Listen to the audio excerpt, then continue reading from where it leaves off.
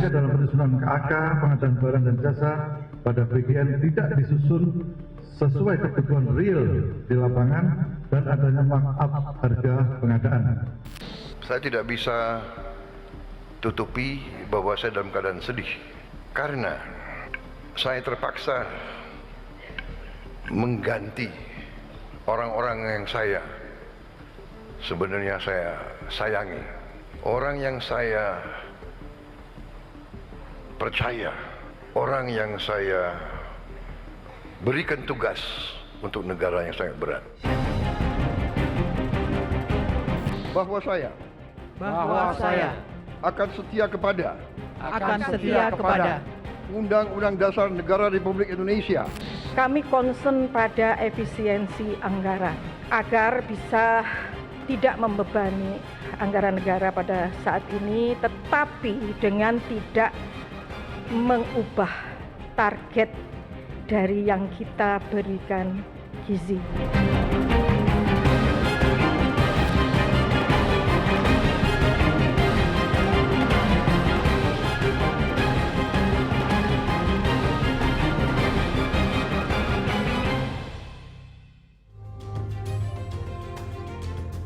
Penangkapan 3 mantan pimpinan Badan Gizi Nasional atau BGN mengagetkan publik bahwa terdapat celah dugaan tindak pidana korupsi pada program andalan dari Presiden Prabowo Subianto. Namun di sisi lain, pengganti mayoritas pimpinan di BGN juga dianggap sebagai momentum perbaikan tata kelola yang telah lama menjadi perhatian publik. Lalu apakah pergantian figur pimpinan di BGN akan mampu menyembuhkan masalah struktural yang menghambat implementasi MBG di lapangan? Atau jangan-jangan hanya sebuah rebranding permukaan tanpa pembenahan fundamental program makan bergizi gratis? Kami akan membahas dengan sejumlah narasumber yang sudah hadir di studio CNN Indonesia. Untuk itu kita mulai Prime Plus with Bram Herlambang.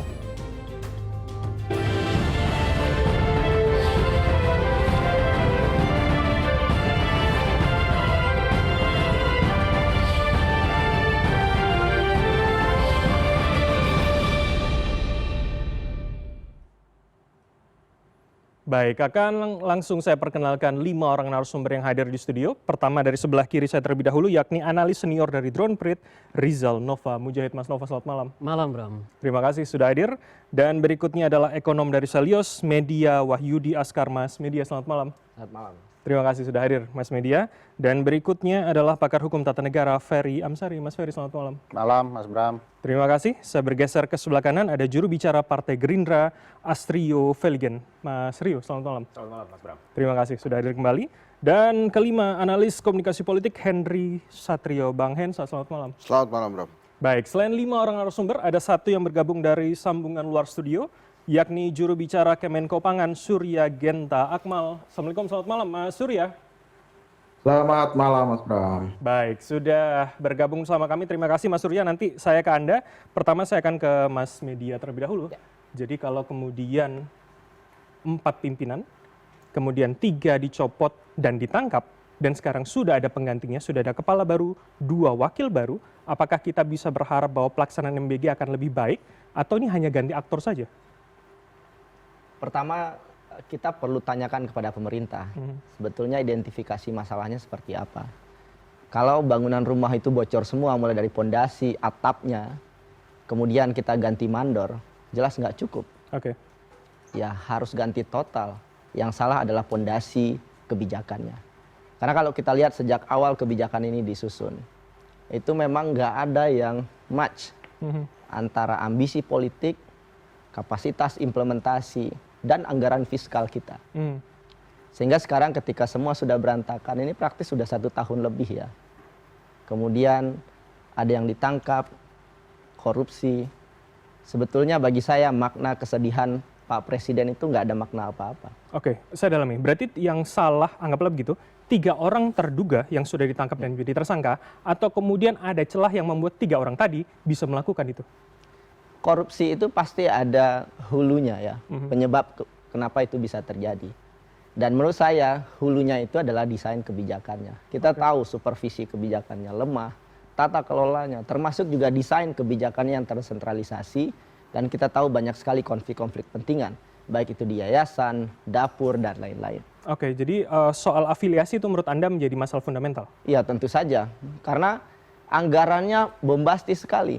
Jadi MBG ini kombinasi dari 3 hal. 1, anggarannya besar. 2, transaksinya harian. Dan 3, konflik kepentingannya besar sekali. Jadi ini ladang rente yang sangat mewah bagi para pemburu rente itu. Dan bagi yang bisa memanfaatkan kondisi ini, transaksinya harian dan konflik kepentingan. Dan kemudian kita menyaksikan hari ini banyak yang terindikasi korupsi. Dan ini baru di level pusat, kita belum bicara di level daerah ya. Pertanyaannya ladang rente atau kemudian berpotensi diselewengkan? Sudah diselewengkan, uangnya sudah hilang. Makanya pertanyaan saya, ketika korupsi itu sudah terjadi, menurut hemat saya, mungkin udah Ferry bisa lebih menjelaskan, uang publik, uang negara itu sudah hilang. Maka sebetulnya mitigasi korupsi itu harusnya dari awal, bahkan sebelum kebijakan itu diketok. Itu kenapa 6 bulan sebelum MBG itu diluncurkan, kami sudah bikin studi. 1, jangan pernah melakukannya secara tersentralisasi, melibatkan vendor-vendor besar, dan kemudian fokus pada yang membutuhkan. Tapi itu kan nggak dilakukan. Dan sekarang Bu Nani bilang kita akan tingkatkan kualitas, fokus pada yang membutuhkan. It's been 1.5 years. Oke, baik. Dan uang negara sudah hilang. Sayangnya begitu. Tahan di situ. Mas Rio, tanggapan Anda? Mas Bram, ya pertama-tama saya ingin menyampaikan bahwa Partai Gerindra merasakan segala bentuk kemarahan, kekecewaan dan kesedihan yang dirasakan oleh seluruh masyarakat. Dan kami pun merasakan hal yang sama. Bahwa program yang sesungguhnya dicetuskan untuk 2 hal, Mas Bram. Yang pertama adalah dalam jangka pendek kita bisa menggerakkan perekonomian lokal, memberdayakan petani dan nelayan lokal kita, mempekerjakan pekerja-pekerja lokal di dalam dapur-dapur, meningkatkan taraf ekonomi mereka.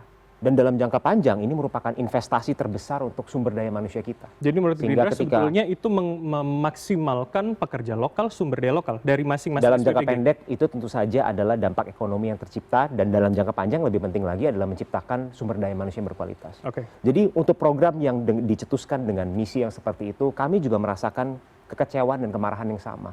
Bahwa terjadi penyimpangan-penyimpangan yang sudah terjadi seperti yang sudah diketahui publik hari ini. Tapi kalau menurut Mas Media salah dari awal kemudian tidak dibenahi sebelum diketok kebijakannya? Jadi begini, kami memahami bahwa pada saat program ini dijalankan sudah ditetapkan guardrails atau safeguards. Memang tujuan utamanya adalah memitigasi kejadian-kejadian yang tidak diinginkan, termasuk penyimpangan-penyimpangan bukan hanya dari segi korupsi, tapi juga penyimpangan dari tata kelola, penyimpangan daripada SOP penyiapan makanan itu sendiri sampai delivery makanan itu sendiri.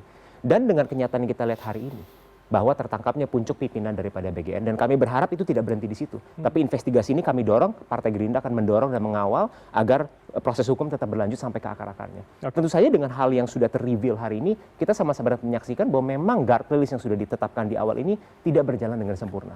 Maka daripada itu kami merasa bahwa ini merupakan momentum. Momentum di mana kita harus melakukan reformasi yang radikal terhadap 2 hal, Mas Bram. Pertama adalah bagaimana ke depannya tata kelola ini diperketat, lalu yang kedua adalah bagaimana ke depannya pengawasan ini juga harus diperketat. Oke, Mas Rio, saya masuk di situ. Ini kegagalan sistem mitigasinya atau malingnya lebih pintar? Jadi begini, kalau kita lihat SOP sudah didesain. Sebagai contoh, Mas Bram, ketika dalam penunjukan SPPG, itu sudah ada SOP yang ditetapkan titiknya harus di mana, radiusnya berapa kilometer, bangunan harus seperti apa, sarana prasarana seperti apa. Hal-hal tersebut sudah dijalankan. Juga ada intervensi teknologi. Kita menggunakan pada saat itu digitalisasi, juga terdapat ada auditin internal. Tapi toh betul, akhirnya terjadi adalah memang penyimpangan-penyimpangan ini tetap terjadi. Nah, ini menjadi masukan buat kami semua, dan terutama kami akan terus mengingatkan pemerintah bahwa kita harus belajar dari kesalahan-kesalahan ini. Bahwa ke depannya apa yang tata kelola yang sudah disiapkan, SOP yang sudah disiapkan, manakala itu dirasa tidak cukup untuk memitigasi penyimpangan-penyimpangan terjadi, maka ke depan ini harus disempurnakan. Oke, berarti saya sebagai awam menganggap ini belum terpikirkan ketika awal mengetok kebijakan ini, bahwa apa yang terjadi hari ini belum ada mitigasinya hingga kemarin terjadi. Jadi tidak tepat saya rasa kalau di framing seakan-akan tidak terpikirkan, karena bukan seperti itu. Saya konfirmasi sifatnya. Nah, jadi begini, pada saat awal itu kan kita sudah menggunakan digitalisasi dan juga SOP yang dibentuk. Harapannya tentu saja ini semua sudah cukup untuk memitigasi segala bentuk penyimpangan-penyimpangan yang pada awal terpikirkan. Nah, tetapi dalam perjalanannya, di mana ini terjadi penyimpangan, bukan hanya dari tata kelolanya saja, tapi juga dari kita berbicara penyiapan makanan yang juga memang selama ini belum sempurna. Ini semua harus menjadi catatan-catatan perbaikan. Tapi tentu saja, kalau kita berbicara sebagai sebuah sistem, tidak mungkin ada sebuah sistem yang sempurna 100% bisa bulletproof dari day one.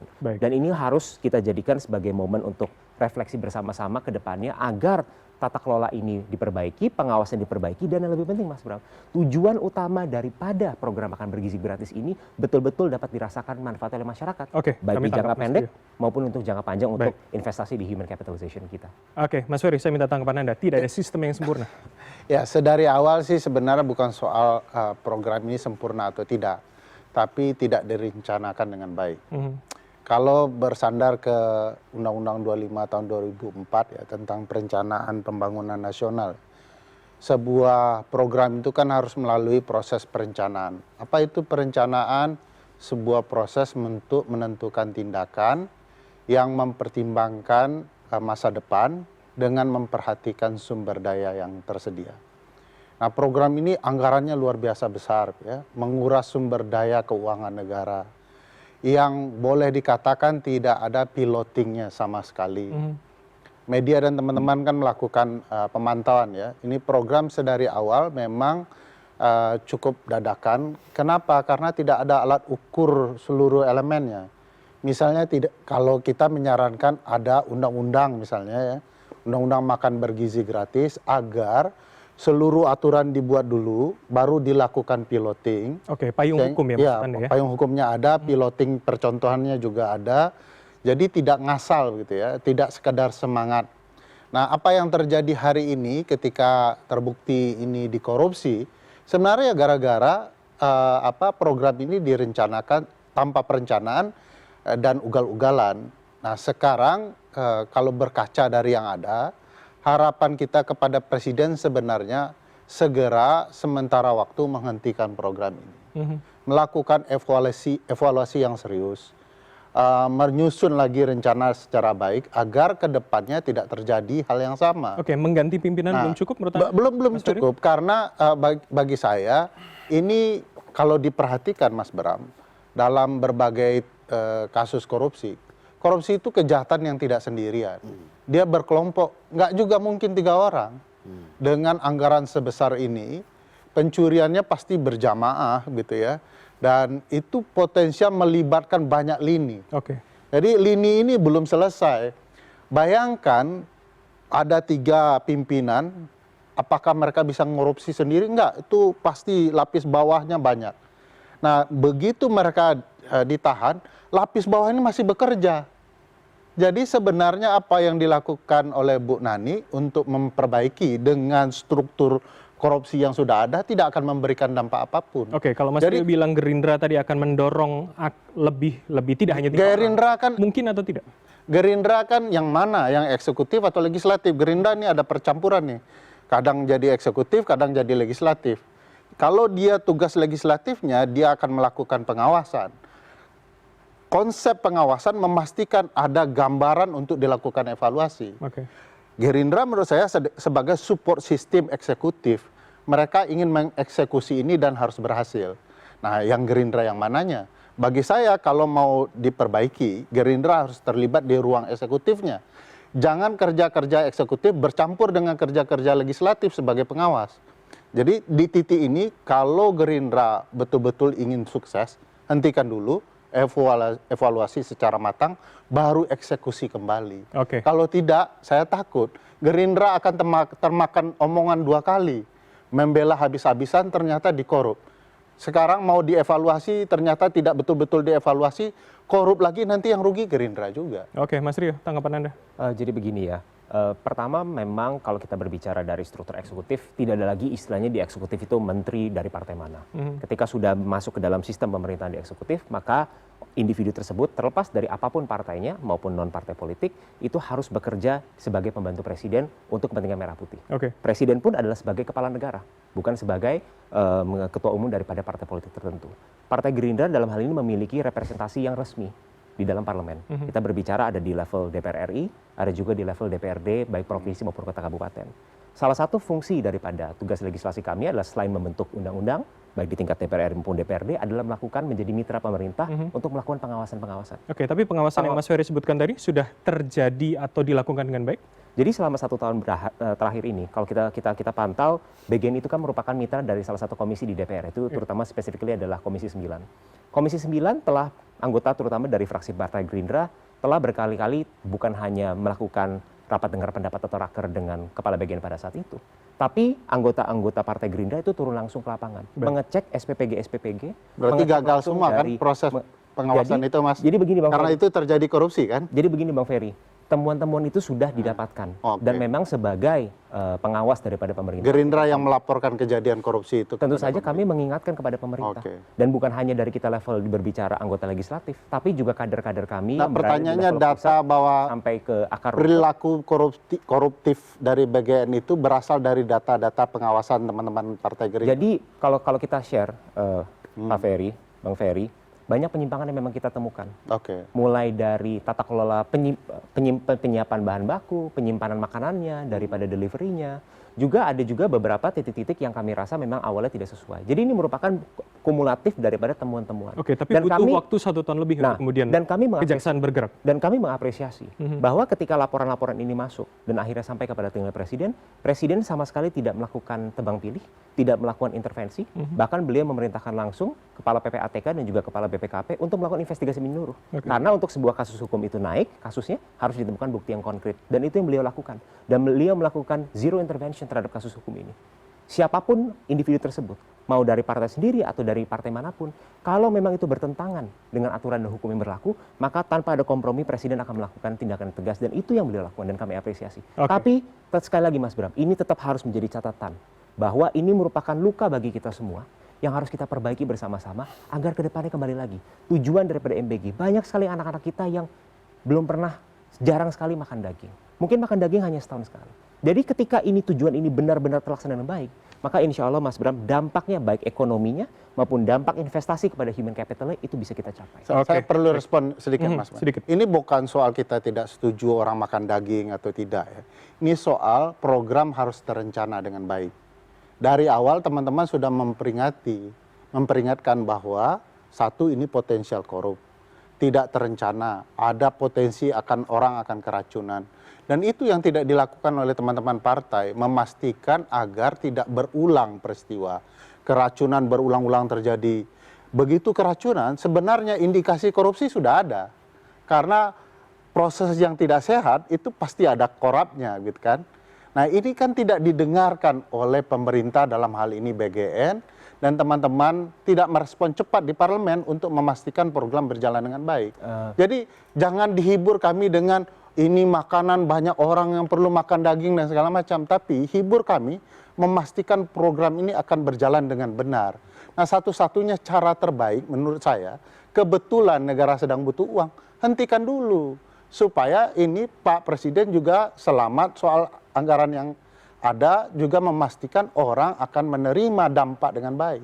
Jadi ini egonya pemerintah nih, sudah banyak problematika tapi tidak mau juga menghentikannya. Oke, singkat Mas Rio. Jadi 2 hal Mas Bram. Pertama saya agak sedikit tidak setuju dengan Bang Ferry. Sedikit saja, yang banyak terkait. Setuju ya. Jadi ada bagiannya saya setuju pasti. Karena sesuai dengan hasil yang kita lihat ada penyimpangan, tentu saja ada sesuatu yang tidak beres. Karena kalau semuanya berjalan dengan baik kan tidak mungkin kita lihat kasus lain. Jadi ada yang saya setuju tapi ada yang saya tidak setuju Bang Ferry. Jadi ketika tadi Bang Ferry bilang tidak ada perencanaan, mungkin di situ saya tidak setuju. Perencanaan ada. Tapi apakah perencanaan itu sudah dilakukan dengan optimum? Kalau sudah optimum Mas, kalau data konsep pemerintahannya Mas, kalau ada perencanaan ada datanya di Bappenas Mas. Jadi begini Bang Ferry, ketika BGN ini diluncurkan melalui Perpres 83 tahun 2024, itu sudah salah satunya turunannya adalah BGN memiliki juknis, ya kan, tata kelola. Apakah sempurna? Tentu saja tidak. Nah ini yang kita bilang, perencanaan itu sudah ada, guardrails itu sudah ada, tapi memang ketika pelaksanaan tidak berjalan sempurna. Nah, lalu poin kedua, sorry ini bagi saya fatal. Poin kedua, Mas, peraturan perencanaan yang Anda sebut sebagai Perpres itu peraturan teknis. Payungnya nggak ada undang-undangnya. Kalau tidak ada undang-undang, tidak ada naskah akademik. Naskah akademik itu mengukur proses tahapan perencanaan dengan baik. Di naskah akademik ada yang namanya regulatory impact assessment. Mengukur dampak ekonomi, dampak bagaimana ini dilaksanakan. Itu yang nggak ada. Oke, Mas Rio. Jadi begini, kalau kita berbicara pengukuran dampak, ini bahkan bukan kata kita. Jadi ini bukan untuk menegate apa yang Bang Ferry sampaikan. Tapi program ini bukanlah program yang pertama kali dilaksanakan di dunia, itu baru di Indonesia. Kalau kita berkaca pada studi yang dilakukan oleh World Food Program dan juga oleh Rockefeller Institution, Itu kajiannya sudah ada. Setiap dolar yang diinvestasikan itu bisa menghasilkan imbal balik antara 5 sampai 30 kali lipat. Dan indikator matriksnya berbagai hal. Oke, dalam rentang berapa lama? Mulai dari itu ada yang jangka pendek, jangka panjang. Oke. Mulai dari yang jangka pendek menggerakkan ekonomi lokal, tingkat partisipasi sekolah, tingkat kehadiran, prestasi akademik, sampai yang jangkanya sangat panjang 5, 10, 15 tahun adalah human capitalization meningkat ketika anak-anak kita masuk ke dalam Saya boleh sampaikan Oke, tahan dulu Bapak-Bapak sekalian, tahan dulu. Kita akan jeda terlebih dahulu. Usai jeda berikut ini kami lanjutkan. Tetaplah bersama kami di Prime Plus. Menarik juga.